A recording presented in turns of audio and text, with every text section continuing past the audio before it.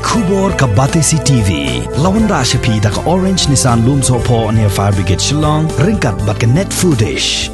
Ordar mapi. Minwan ra mangi hakerdog ying jongpi.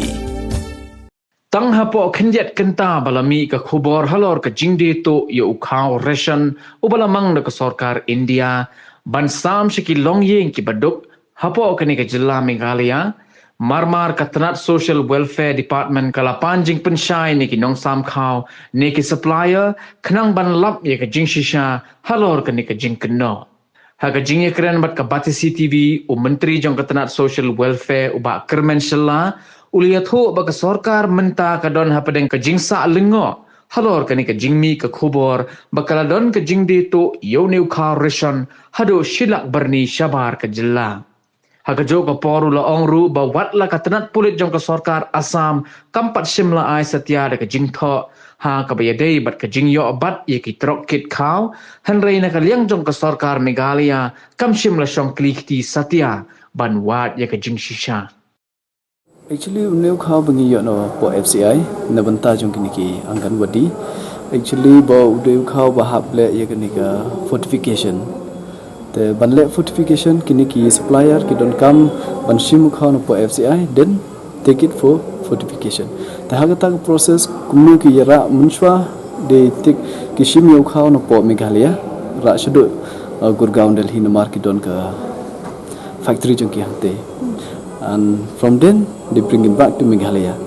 Namarki niki khna jongi ki don kam yo new Khaw leni udal bala dep fortified. In this process kini ki le ya ki ra yo new Khaw from Meghalaya to outside. But ke ek reason bagi hangnu ki stock kumnu ko process ekata ke deka duty jong ki banda. The concern len jongi ke department is that ba ke ek amount ba ai no po jong ke FCI. That same amount ni don come and yok yang. So for that nalian jungi ni receive on time. At the same time ni receive ya tau ke quantity and quality ke biang.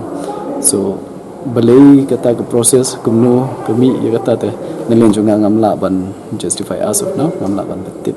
Nalian junga department jungi mentah ni la ya persang ban reach ya gitu ki supplier ru ban knamba maki kin aya ke clarification ba ke ega tu ke jingmi mar hadu mata officially na liang jong ki police lene na pa Assam kin pat ai ke ega jing tho sini ringi ilong bagi khubor de ni shim action asper kitu ki kot khubor pi lai te na liang jong department ki lai persang man wat la printi be ke ega da ba kitu ko khubor kami and actually new Khaw bengi bam bu de normal mo Khaw te hang ni don kam kani ke process jong fortification ni don ka ban yo ya ka proper amount of carbohydrates, proper amount of proteins, fats kat ke don kam jong kena number namar ki kena ki don kam ya gitu ban te bah ke met.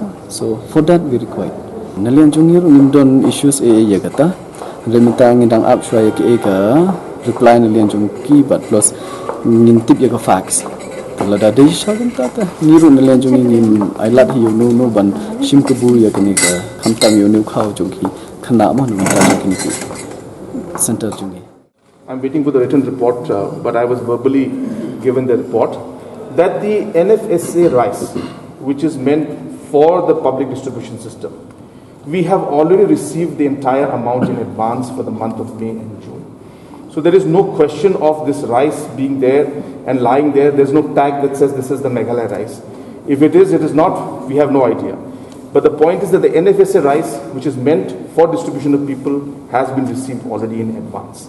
So that's number one. So there is no question of this being the NFSA rice or the rice meant for the public distribution system. There has been a big mistake or a misunderstanding from the reports that have come in. So let me clarify that part. Number two, if it was also, the quantity is almost half the amount that the state requires every month. So therefore, it's a huge amount, and an amount of like this being missing or not being the system would come to the notice of everybody. So therefore, and as I said, we already have received the advance for the entire month of June, so there's no question. Number two, what we have realized and what we have been told, and initial reports, as I said, this is not a written report, I'm talking about verbal report that's come to me, that this is part of the rice that is meant for the social welfare department. That is completely for a different purpose, if it is, and that part also is being clarified. So therefore, as I said, it has nothing to do with the PDS system, nothing to do with the COVID relief that will be given. If it is to do with some aspect of the social welfare, which we are clarifying. But again, as I said, that is something I need to clarify. But just need to be very clear, this is not part of the NFSA or the PDS system. The rights for that has already been received in advance and is already there with us in our